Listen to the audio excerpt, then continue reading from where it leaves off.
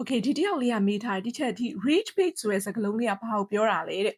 ဒီစာလုံးလေးကဒီ2025ရဲ့အထူးခြားဆုံးစကားလုံးဆိုပြီးတော့ Oxford Dictionary ကနေပြီးတော့ရွေးချယ်ခြင်းကိုလည်းခံထားရတယ်ပေါ့နော် but what does it mean အလွယ်ကူဆုံးပြောရမယ်ဆိုလို့ရှိရင်တော့ဒါဒေါသဖြစ်အောင်ရန်စတာပေါ့နော်အဲ့တော့ social media မှာ video တစ်ခု content တစ်ခုဒီ post တစ်ခုอ่ะပေါ့နော်လူတွေကိုဒေါသဖြစ်လာအောင်တုံ့ပြန်လာအောင်ရန်စပြီးတော့မှတင်လိုက်တာမျိုးအဲ့ဒါကို rage bait content လို့ခေါ်ရပေါ့နော် so for example stop replying to that post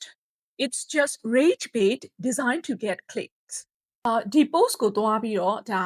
attention မပေးနဲ့ပေါ့နော် click ရအောင် attention ရအောင် rage bait လုပ်ထားတဲ့ content ဖြစ်တယ် okay YouTube မှာဆိုလို့ရှိရင်လည်းဒီ YouTubers တွေက